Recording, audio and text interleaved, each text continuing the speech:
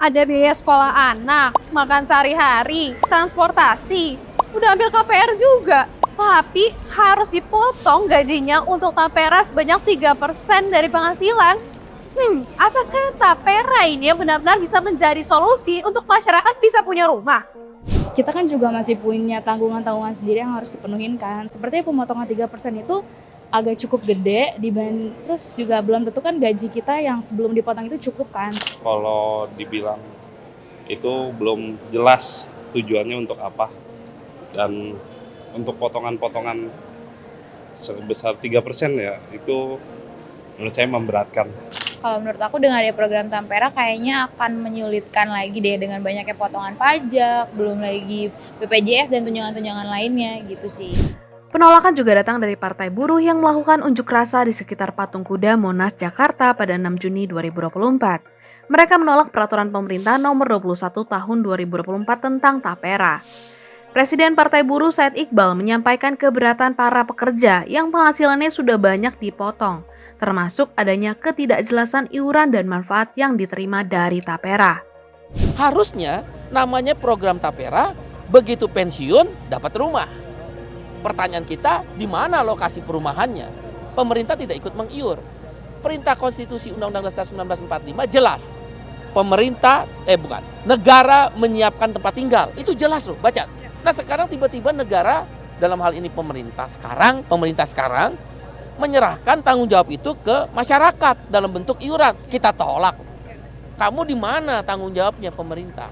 Terakhir, jangan terulang kasus Asabri, Taspen, Jiwasraya yang uangnya menguap. Uang tentara sama polisi aja dikorupsi, apalagi uang rakyat. Meskipun baru akan diberlakukan pada tahun 2027, akan tetapi pemotongan Tapera ini sudah menuai banyak kritik dan pertanyaan dari kelompok pekerja maupun pengusaha. Ketua Bidang Ketenagakerjaan Apindo, Bob Azam juga merasa keberatan dengan sistem pendanaan perumahan Tapera. Menurutnya BP Jam Sostek dan institusi perumahan yang lain juga sudah banyak mengumpulkan dana untuk perwujudan perumahan. Nah, kita juga membandingkan dengan negara lain seperti Singapura, mereka juga punya CPF kan, Central Provident Fund. Itu juga dana yang dikumpulkan untuk membiayai 4. Pertama adalah pensiun, kedua adalah kesehatan, ya seperti di kita BPJS Ketenagakerjaan, BPJS Kesehatan, kemudian juga perumahan dan top up-nya.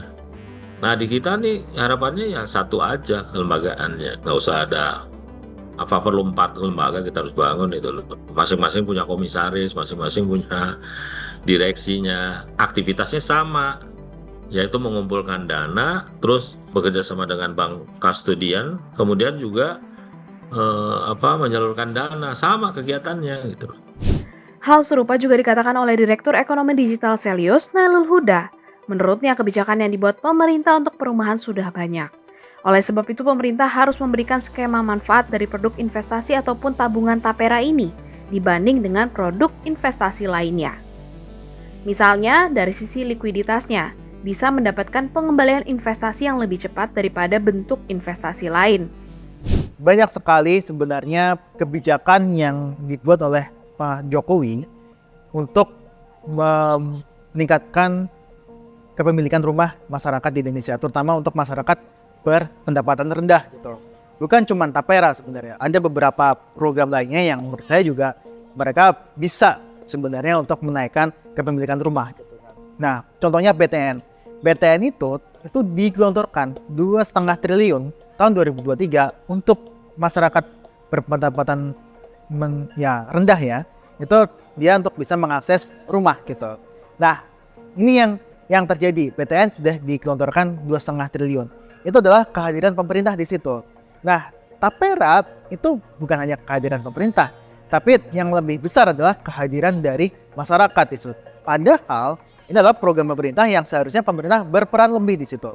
Makanya ketika kita diminta untuk iuran, ini yang saya tanyakan, iuran ini ya manfaatnya apa? Gitu. Manfaat apa itu bukan hanya untuk masyarakat berpendapatan rendah yang bisa mengakses rumah, pembiayaan rumah, tapi adalah bagi peserta Tapera yang dia tidak eligible untuk memiliki ataupun mendapatkan fasilitas rumah dari BP Tapera gitu.